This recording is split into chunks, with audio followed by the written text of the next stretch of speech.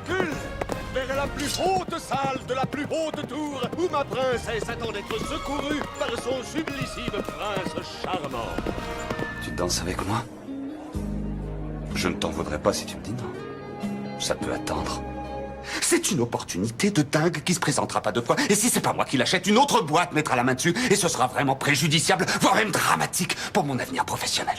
Et ma femme, qui est sans nul doute la personne qui me connaît le mieux, devrait savoir qu'à chaque fois que je parle de business, mon jugement ne peut en aucun cas être altéré. Alors s'il te plaît, chérie, je t'en prie, mon amour, soutiens-moi et encourage-moi comme tu l'as toujours fait. Et je te jure que j'irai nous décrocher la lune. Il y a deux règles importantes. La première, ne lève la main qu'une seule fois en classe, même si tu sais les réponses. Enfin, sauf en sciences. Là, il faut que tu cartonnes. Ok. La deuxième, tu vas avoir l'impression d'être seul au monde, mais c'est pas le cas. Comment avez-vous débuté votre métier de comédien? Ça remonte assez loin, ça remonte à peu près quand j'avais aux alentours de 16 ans, j'étais en province, j'étais dans les Bouches-du-Rhône, une ville qui s'appelle Istres, et j'ai découvert, venant d'une famille qui n'avait aucune acquaintance spéciale avec le monde du théâtre ou le monde artistique, le monde de la représentation. J'ai découvert, par hasard, il y a un théâtre qui s'appelle le Théâtre de l'Olivier. Il y avait une troupe de ballet-théâtre qui s'appelle Colline. Et je suis rentré dans cette troupe pour faire de la danse, en fait. C'était les années disco, les années Travolta, et je me suis dit, tiens, que ça me plaisait bien de faire ça, de la danse. Et j'ai découvert à travers la danse un travail, une rigueur, une expression, et après on a joué les spectacles au théâtre, donc j'ai découvert la représentation aussi, danser. Et en même temps, j'écrivais des petites chansons, on faisait des spectacles. Et un jour, on a été sélectionné pour le Festival international de danse qui était à Bagnolet à l'époque. Et là, j'ai découvert qu'il y avait un horizon plus grand que ce que je vivais dans ma région. Et je me suis dit que j'allais monter à Paris sans savoir exactement si c'était pour de la danse ou pour du théâtre ou pour être acteur, pour être metteur en scène, pour être chanteur, pour être danseur, je savais pas exactement. Et en arrivant à Paris, avec mon sac à dos, je me suis inscrit à l'école. Ça s'appelait en 81, c'était le workshop Robert Cordier. Robert Cordier était un acteur, metteur en scène, grand professeur de théâtre il était d'origine belge. Il est mort cet été. Il avait travaillé beaucoup aux États-Unis, où il avait été directeur du théâtre des armées, et il avait travaillé beaucoup avec la méthode de l'acteur studio à New York. Il avait enseigné à des grands acteurs. Il était venu se poser à Paris, et ça devait faire 1 an qu'il avait ouvert ce cours à Paris. Et j'ai découvert les prémices d'être acteur, en tout cas avec cette méthode-là. Et ça m'a beaucoup appris. C'était un grand directeur d'acteurs. Je suis resté 2-3 ans dans son cours, et après j'ai fait le cours Florent, où j'ai eu la chance d'avoir la classe libre avec François Florent et Francis Huster comme professeurs. Et là j'ai appris quelque chose de plus français, de plus académique, le travail plus sur le texte, moins un travail personnel, et un travail qui me demandait de m'impliquer à l'intérieur des mots. Alors qu'avant c'était un travail aussi physique, de respiration, de gestuel, d'appréhension des textes, mais à travers quelque chose de très corporel. Et là, ça a été quelque chose de presque plus intellectuel, et un rapport plus direct avec Francis Huster, en tout cas, à ce métier d'acteur. Qu'est-ce que c'était plus l'acteur en tant que je sais pas comment dire, plus l'acteur au sein d'une profession, l'acteur qui va travailler, l'acteur qui veut travailler, l'acteur qui a conscience de pratiquer un art. Voilà. Et voilà, ça, je suis resté au cours Florent quelques années, et puis j'ai eu la chance que Francis Huster, qui a découvert dans les années 80 énormément d'acteurs, qui a permis et qui a donné leur chance à beaucoup d'acteurs et d'actrices en étant professeur au cours Florent, et puis après avec les pièces qu'il a montées au Théâtre du Rond-Point, a donné leur chance à beaucoup de jeunes acteurs et de jeunes actrices qui continuent encore à faire ce métier. Et j'ai eu la chance d'être qu'ils me prennent pour jouer dans le Don Juan qu'il avait monté, le Don Juan de Molière avec Jacques Weber, Fanny Ardant à l'époque et Huster, qui faisait ce Ganarelle et donc j'ai appris mon métier après sur scène. C'était mes grands débuts, voilà. Ça devait être aux alentours de 86, quelque chose comme ça. Et puis après, ça s'est plus jamais arrêté.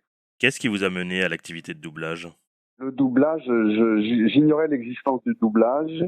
J'avais joué cette pièce pendant une année au Rond-Point, et puis on l'avait joué à Nice, on l'avait joué à plusieurs endroits. Et quand la pièce s'est terminée, j'avais pas vraiment d'option, j'avais pas de projet particulier. Et je suis allé à la NPE Spectacle. Il y avait des stages d'une semaine organisés de travail d'acteur qui étaient montrés après où on montait des scènes, et c'était montré au théâtre de 10 heures, et il y avait des castings qui venaient.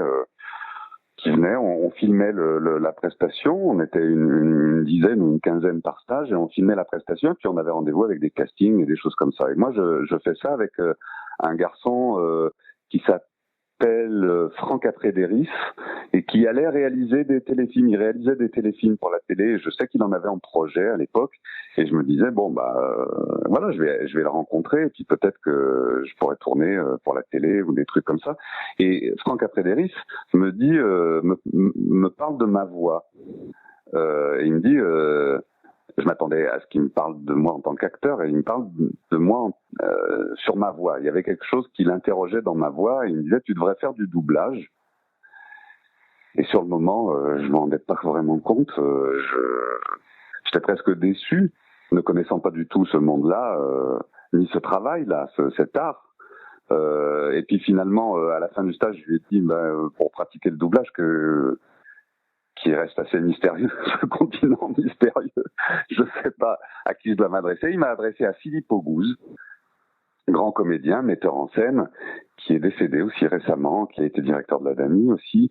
Et je l'ai appelé, j'avais été avec sa fille, Virginie Auguste, au cours Florent à l'époque. Et il m'a accueilli. À l'époque, il dirigeait en doublage la série Dallas. Et il doublait Bobby dedans. Et il m'a fait assister à des séances de doublage. Et il y a eu... quand j'ai assisté à ces séances de doublage, il y a eu une forme de, je veux pas être mystique, mais de révélation aussi, quoi. C'est-à-dire que j'ai trouvé un endroit où je me disais, c'est fait pour moi. Il y a quelque chose que je comprends dans cette pratique, dans cet art, dans cette technique, dans cet investissement, dans ce rapport à l'image, dans ce rapport à la voix, dans ce rapport au jeu. Il y a quelque chose qui me semblait évident. Alors, je manquais évidemment de technique et d'habileté, mais il y avait quelque chose qui m'a fasciné, voilà. Et puis tout s'est enchaîné très vite. Il m'a présenté à des personnes qui faisaient des castings pour le doublage, et puis tout s'est enchaîné très vite avec des premières séries, des premiers plateaux, et puis là j'ai commencé à apprendre ce que c'était cette pratique si particulière du doublage qui fait appel à l'acteur et qui par moments même dépasse ce qu'on peut produire sur scène, ou en tout cas qui est parallèle et qui demande beaucoup de concentration, un talent particulier et plus qu'une technique, quelque chose qui me dépasse encore aujourd'hui, 30 et quelques années plus tard. Est-ce qu'on peut qualifier votre voix de particulière ? Comment vous pourriez la décrire ? Non, je pense qu'elle n'est pas spécialement particulière. Elle est assez standard. Elle est médium. Je suis un baryton. Elle est médium. Disons que c'est plus au niveau du jeu que de la voix. Après, je sais pas pourquoi cette voix m'a amené à cet endroit, parce que ma voix m'a amené à d'autres endroits aussi, au théâtre ou dans la chanson ou des trucs comme ça. Mais la voix, j'arrive à la déplacer. J'arrive à m'inscrire dans un chemin aussi qui a été tracé à l'écran par un autre acteur pour aboutir à jouer un rôle. C'est-à-dire qu'il faut arriver à percer le filtre de l'acteur qui joue un rôle pour arriver à jouer ce rôle soi-même en français. C'est pas une question de voix, en fait. Pour faire du doublage, il n'y a pas besoin d'avoir une voix d'un certain type, une voix grave, une voix posée, une voix légère, une voix enrouée, une voix toutes les voix peuvent faire du doublage. C'est vraiment une technique mentale d'acteur qui fait que des gens prennent du plaisir déjà à le faire et puis s'investissent énormément dans ce travail. C'est pas, ça demande pas une voix particulière.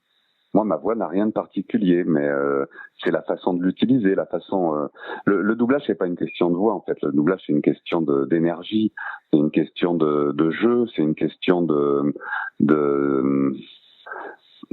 faut être on est face à une image, on est dans le noir, on est face à un acteur qui a joué le rôle et il y a quelque chose de médiumnique, il y a quelque chose du marionnettiste aussi qui travaille sur la voix de sa marionnette. Il y a quelque chose d'étrange qui peut tomber juste ou qui peut tomber à côté. C'est pas seulement une question de technique d'articulation ou d'être en place sur les labiales ou de suivre exactement la bande rythmo.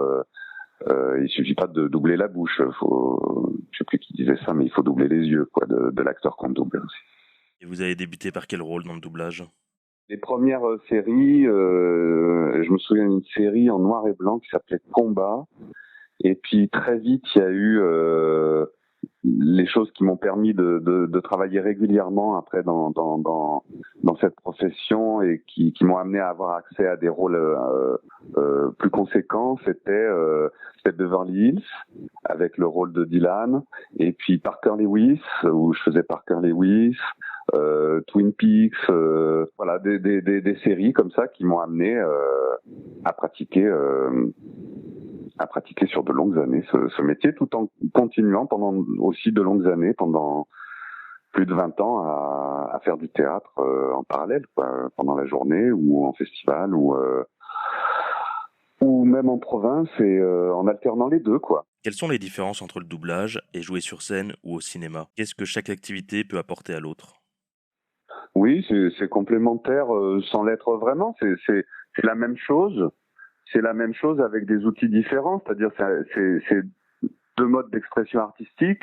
Le doublage, ça m'a aidé beaucoup au théâtre sur la prise de parole, parce que la voix est presque nue. On travaille, on sculpte, on façonne une espèce de on travaille beaucoup sur la voix plus que sur le corps, mais en même temps c'est très physique le doublage, c'est-à-dire on est essoré parce qu'on bouge énormément, peut-être même plus que la personne qu'on double à l'écran, mais on travaille énormément sur une image mentale de la voix, et moi ça m'a aidé au théâtre en tout cas à une prise de parole sur la voix portée, sur se faire entendre, sur être audible, sur attaquer les mots, sur porter une phrase, sur porter un sens, sur la lecture des textes.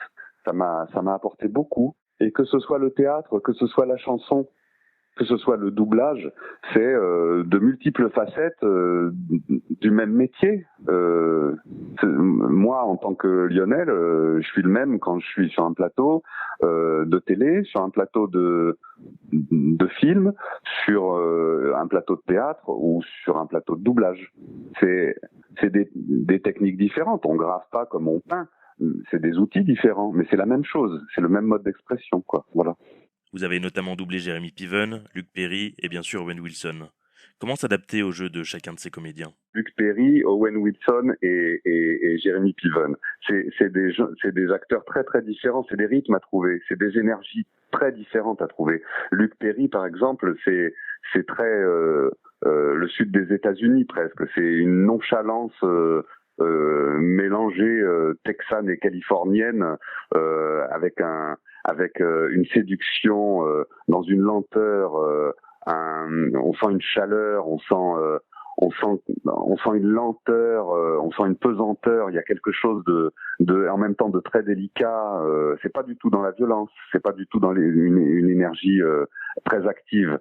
Owen Wilson, il y a quelque chose sur le fil d'un rasoir. On sait rarement à l'avance ce qu'il va faire, comment il va réagir, et ses réactions et ses ruptures, c'est quelque chose de toujours très inattendu. Et Owen Wilson, je le connais peut-être même moins. J'ai dû doubler 10 ou 15 films d'Owen Wilson. Il y a Éric Legrand aussi qui le fait, et qui l'a fait dans 10 ou 15 films, et qui le fait très très bien. ce serait intéressant de comparer les deux approches qu'on a du même comédien, mais ça reste toujours une énigme. Owen Wilson a doublé avec un mélange de fragilité, de force, de masculinité, et en même temps une fragilité. Enfin, c'est quelque chose d'assez troublant à faire, Owen Wilson, de trouver son comique aussi, qui est assez étrange. Et alors que Jeremy Piven, c'est une force. C'est quelque chose, une masculinité exacerbée, une force, des ruptures, un volume, beaucoup de jeux, une tempête. C'est quelque chose qui boue en permanence, quoi. C'est vraiment une autre énergie. Et comme ça, chaque acteur qu'on croise sur des séries, parce que les séries ont ça d'intéressant aussi, ou les acteurs qu'on suit sur plusieurs films, mais en tout cas les séries ont ça d'intéressant, on peut suivre un acteur sur un long parcours. Et pour pouvoir l'adopter, quoi, se glisser, comprendre le fonctionnement et passer au-delà après de l'acteur pour affirmer le rôle. Et à votre travail s'ajoute également celui de l'adaptateur. Est-ce que vous pouvez nous en dire un petit peu plus sur cette profession ? C'est eux qui préparent en amont le travail, c'est tout le travail d'adaptation. Le travail des adaptateurs, il est primordial. On voit très vite quand on arrive sur un texte qui nous aide ou qui est contre nous. Quand un texte nous aide, que l'adaptateur ou l'adaptatrice a fait son travail, un beau travail, il y a ça se voit tout de suite. On voit si la langue est fluide, on voit parce que si on retranscrit, c'est sûr, si on traduit mot à mot, s'il y a juste une traduction mot à mot, le français il fait un tiers de plus à peu près en longueur que l'américain. Et donc on peut pas caser tous les mots, il faudrait parler rapidement, c'est du hachis parmentier, ce qu'on dirait. Alors que il faut des fois même trouver carrément d'autres mots, d'autres phrases, presque un autre sens, enfin retrouver le même sens à travers, en chamboulant tous les mots américains pour arriver à ce que nous, on arrive en français à jouer ce qui se passe sur l'écran dans le temps imparti où l'acteur parle. Et c'est vraiment le travail qui est fait en amont par les adaptateurs, adaptatrices, ça peut transcender un film, et nous, ça nous aide énormément. Vous avez déjà rencontré l'un de ces comédiens ? Est-ce qu'ils ont déjà pu entendre votre travail ? C'est quoi leur retour ? Moi, je les ai pas rencontrés. C'est pas quelque chose que je souhaitais. Je restais. Moi, j'apprécie aussi d'être derrière l'acteur que je double, de faire sa voix française. C'est difficile de revendiquer le succès d'une série quand vous êtes une voix française, c'est-à-dire Beverly Hills, Dylan, Luc Perry. C'est lui qui a tout le mérite. Moi, le mérite que j'ai, c'est de l'avoir porté en France, et j'en suis très très heureux, de pas m'être planté là-dessus, quoi. Mais il faut garder une forme d'humilité aussi et se dire que c'est Luc Perry, quoi, qui a fait Beverly Hills, c'est pas moi. Moi, j'ai fait le doublage en français, et cette technique, cet art du doublage, c'est aussi de savoir. Enfin, pour moi, j'aime rester à ce que j'appellerais ma place. C'est-à-dire, ma place, elle est dans un auditorium, à essayer de rendre en français ce que d'autres ont joué dans d'autres langues. Je place pas mon ambition à un endroit où je revendique le fait d'avoir produit quelque chose de différent ou de particulier par rapport à la série que j'ai doublée. Je m'inscris dans la voix de cette série, dans la voix de cet acteur. Et j'aime bien que ce soit lui. Lui, il est en représentation. Moi, j'éprouve pas le besoin d'être en représentation par rapport à mon travail dans le doublage. Je lui laisse la lumière bien volontiers. C'est pas une aspiration que j'ai. Donc non, je les ai pas rencontrés. Je sais que oui, beaucoup ont entendu ce que je faisais, ce que je produisais comme travail sur leur voix, et ça s'est toujours très bien passé. J'ai eu des messages par Messenger ou par les Facebook ou par des camarades qui les rencontraient dans des conventions ou des choses comme ça, où ils m'ont laissé des messages sur mon répondeur qui étaient très conviviaux et très contents, et la vie est longue, peut-être que Luc Perry, le pauvre, je pourrais plus le croiser, mais là il est question qu'il y ait une convention en novembre où je vais rencontrer Corinne Nemec qui a fait Parker Lewis, et puis j'en rencontrerai volontiers d'autres si si la vie fait qu'on se croise quelque part dans une convention ou sur un film ou pourquoi pas sur un autre doublage, mais bon, après on se croise pas, c'est pas très très grave. Mais j'ai toujours eu des très gentils retours de la part d'acteurs américains que j'ai doublés au cours de ces 30 dernières années, ouais. Si on ferme les yeux un instant, pourriez-vous nous faire imaginer à quoi ressemble un studio d'enregistrement? Comment s'y déroule une session? On est dans des auditoriums. La plupart du temps, à notre gauche ou à notre droite, il y a la console avec un ingénieur du son. À un bout ou à l'autre de la console, à un bureau, il y a un directeur artistique ou une directrice artistique qui connaît par cœur ce qui se passe à l'écran, les textes, les enjeux de la série ou du film, de tel personnage par rapport à tel autre personnage et tout ça, qui nous drive, qui nous explique en détail ce qui va se passer dans la scène qu'on va voir. On arrive le matin et on découvre les scènes qu'on a jouées. On est un peu dans le noir, on a l'écran en face de nous, on est derrière le micro à une barre. Et on voit en dessous de l'écran, il y a une bande rythmo qui défile avec le texte et les noms des personnages, en général écrits à la main, ou que ce soit électroniquement ou vraiment écrits à la main. De plus en plus, c'est des rythmos électroniques, mais avec une écriture cursive. Et puis c'est découpé en boucles, ce qu'on appelle des boucles, parce qu'avant c'était des boucles qui tournaient, des pellicules qui tournaient comme ça indéfiniment, une boucle qui durait 1 minute 30 du film, qu'on regardait 1 fois, 2 fois, 3 fois, et puis au bout d'un moment, paf, au rouge, on commençait à se lancer dans la boucle, et si on la ratait, on attendait que la boucle recommence. Bon, maintenant c'est plus des boucles, c'est électronique, mais on a gardé le mot boucle, et on travaille donc sur des petites sections d'1 minute, 1 minute 30 de jeu, de scène. Une scène peut être découpée en 2, 3, 4, 5 boucles. Des fois, c'est des scènes courtes, c'est une seule boucle. Et on travaille sur ces petites boucles. Et puis une fois qu'on en a fait une, on attaque la deuxième. Et puis une fois qu'on a fait la deuxième, etc., etc. Et puis après, on regarde toute la scène, on reprend les choses, les passages qui peuvent être améliorés, ou au niveau de la synchro, ou au niveau du jeu, ou au niveau du rythme, ou au niveau de la portée de la voix, ou au niveau de est-ce qu'on joue en intérieur, en extérieur. Enfin, il y a tout ce travail-là qui est fait. Comment le métier du doublage a évolué au fil des années? Peut-être maintenant, ça va un peu plus vite. Il faut aller de plus en plus vite. Il faut être dans...